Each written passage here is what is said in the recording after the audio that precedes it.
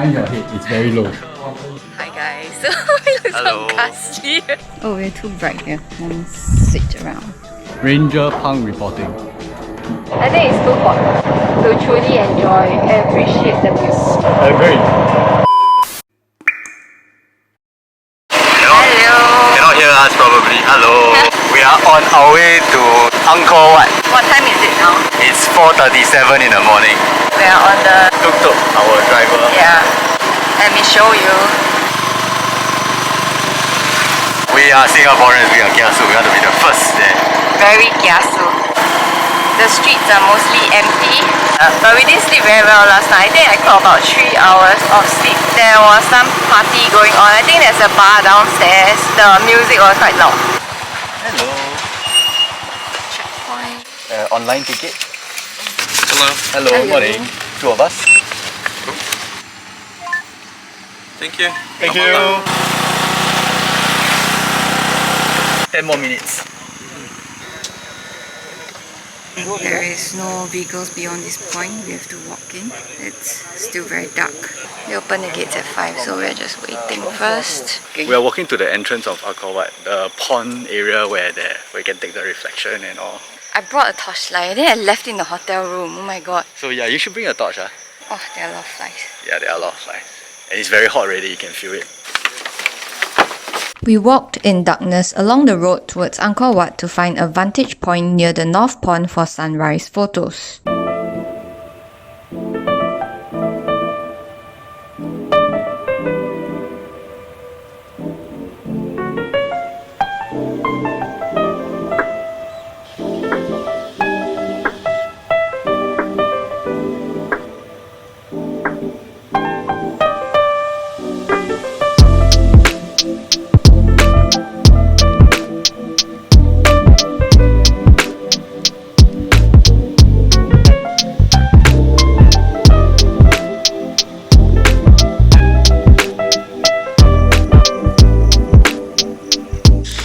Sunrise, but it's quite bright now already. Say hi. Hi. We are at Angkor Wat now. We're standing on this structure. We can see the sunrise. 5:46 now. Angkor is one of the most important archaeological sites in Southeast Asia. Stretching over 400 kilometers square, it contains the magnificent remains of the different capitals of the Khmer Empire from the 9th to 15th century. UNESCO has set up a program to safeguard this symbolic site and its surroundings. There are about 72 major temples and buildings found within Angkor Wat. The remains of several hundred minor temple sites are scattered throughout the landscape. Angkor Wat Temple is the heart and soul of Cambodia. The temple that is a city, Angkor Wat is a fusion of creative ambition and spiritual devotion. It is the best preserved temple at Angkor, a national symbol, the epicenter of Khmer civilization and a source of fierce national pride. Surrounded by a vast moat, the central temple complex is a 800 meters long series of bas-reliefs. Rising 55 meters above the ground is the central tower. Figuratively, Angkor Wat is heaven on earth. It is the earth representation of Mount Meru, the Mount Olympus of the Hindu faith and the abode of ancient gods.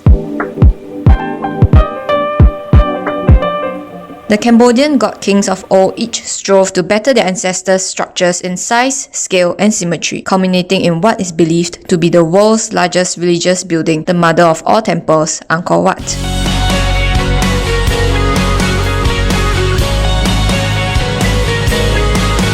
Angkor Wat is famous for its beguiling apsaras, also known as heavenly nymphs. There are almost 2,000 unique apsaras carved into the walls of Angkor Wat, many of which have been damaged by centuries of bed droppings and urine, but they are now being restored.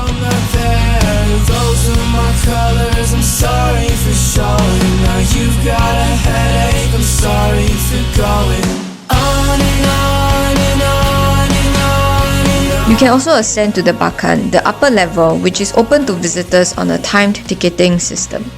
It's so steep. How many degrees is this? 60? 80?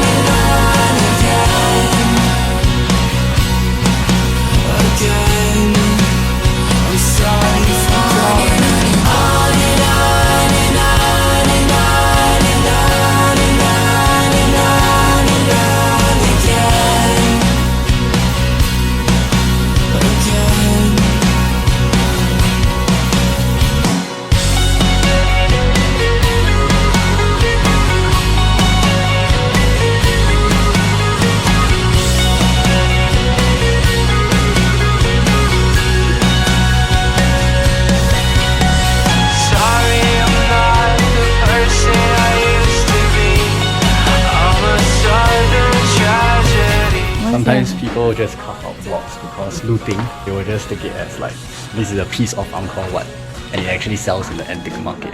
That's not very nice.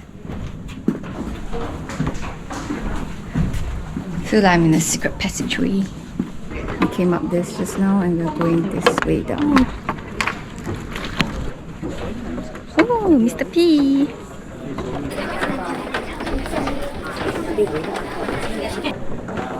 Ta-da! You did it!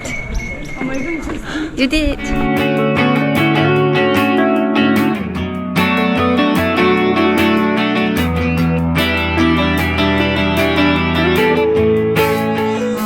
Outside the main Angkor Wat.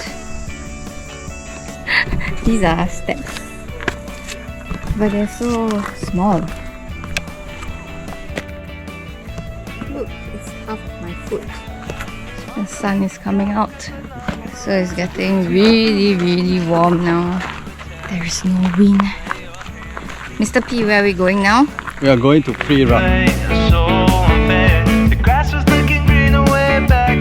The moat here and here, and this long path is what we walked in the morning. Our tuktuk is all the way right in front there. long way out.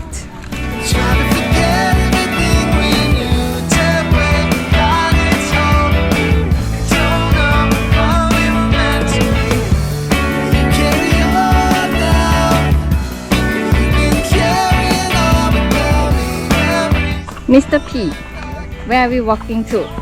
Prohm temple. And what is this temple famous for? The trees that eat up the temple structure. Prohm is often called the Tomb Raider Temple. This is because one of its most famous spots is the so-called Tomb Raider tree, where Angelina Jolie's Lara Croft picked a jasmine flower before falling through the earth. Prohm was built as a Buddhist temple. It is a temple of towers, closed courtyards, and narrow corridors.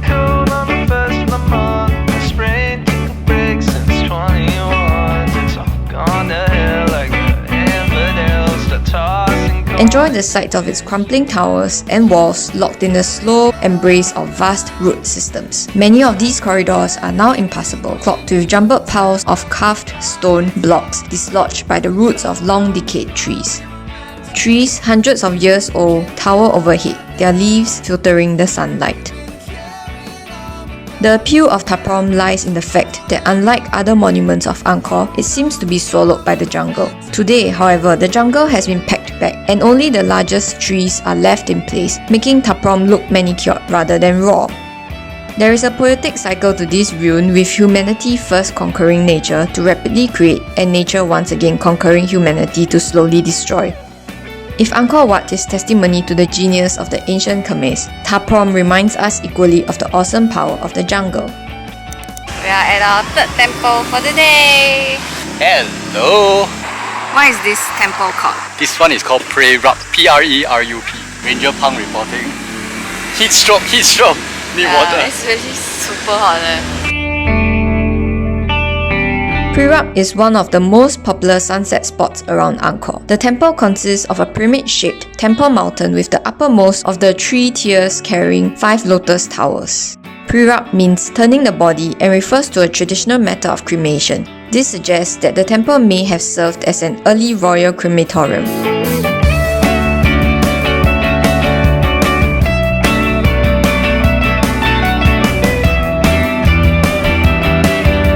At the top.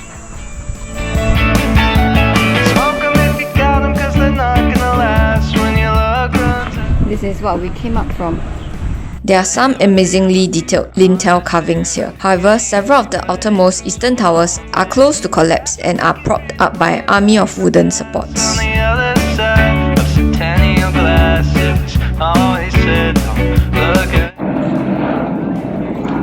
Another flight of stairs to go down.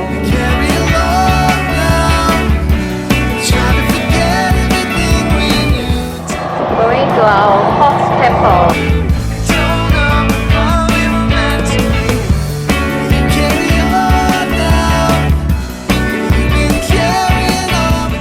Prohm temple.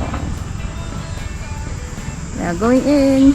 Prohm is a small temple built at the end of the 12th century. The temple consists of a single shrine located at one level and surrounded by ladderite walls. Prohm was left largely unrestored, with numerous trees and other vegetation growing among the ruins. Prohm is surrounded by a moat and enclosed by 3 ladderite walls, which are broken by 2 sets of entranceways. The entranceways are cross-shaped and contain a small room on each side, along with windows. The main structure is carved with 4 faces in the Bayon style, and the eastern outer gopura has been overgrown by a sacred fig. This fig tree grew through the blocks that make up the gopura and into the ground. Can you see? There's so many of them flying around.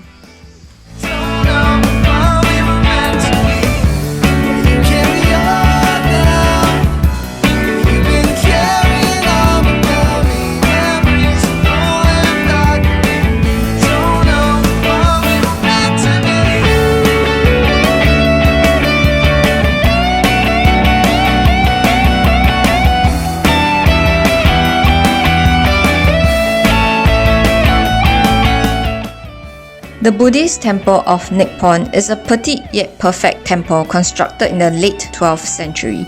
Access is restricted to the edge of the complex via a wooden causeway.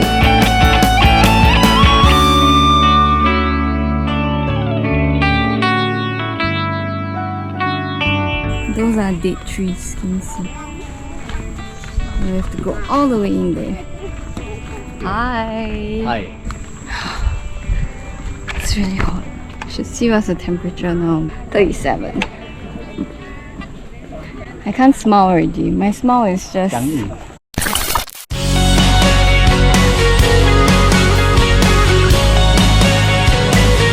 It has a large square pool surrounded by 4 smaller square pools.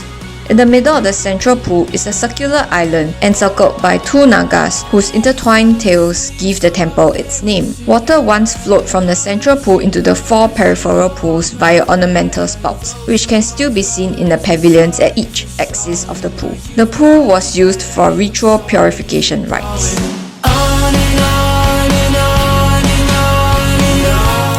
The Temple of Preah Khan is one of the largest complexes at Angkor.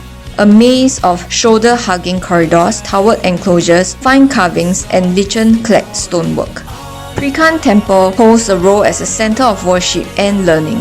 It covers a very large area, but the temple itself is within a rectangular enclosing wall of around 700 by 800 meters. This is a long line of them. Yeah, a lot of them lost their heads. Stolen.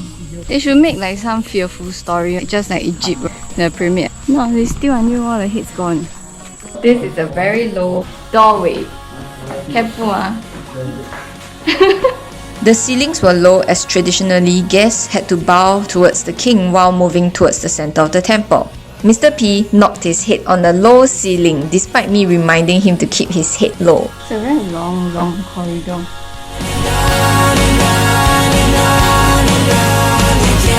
We also observed many holes in the walls, which we later learnt used to contain diamonds and jewels, which were unfortunately looted. I also felt slightly scammed by a uniformed guard who kept hovering around us while we explored the temple and was overly generous in explaining the history of the temple. He was also very insistent on helping us take pictures despite us rejecting. In the end, the uniformed guard asked us to give him some service tips for his supposed generosity, which put me in quite a sour mood. We just used our peach freeze. The dirty one. Now I feel so much cooler. This is 100% recommend.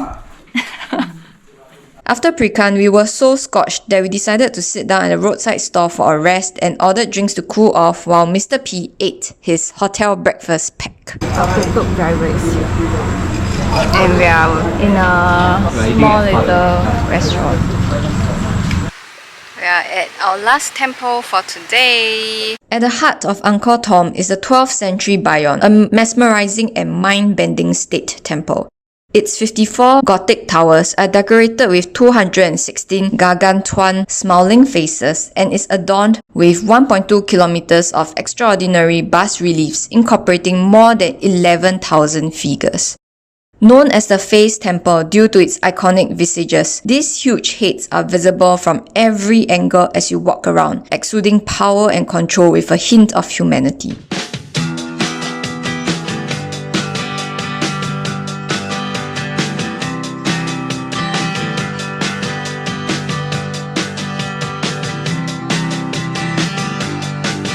The first bas-relief, a 3-level panorama. On the first tier, you see Khmer soldiers march off to battle. Then the second tier, coffins carried back from the battlefield. On the third tier, you will see horses followed by legions of concubines. The carvings were really intricate and amazing, but the midday sun made it quite uncomfortable to truly appreciate the beauty of the bas-reliefs. You say that good things take time.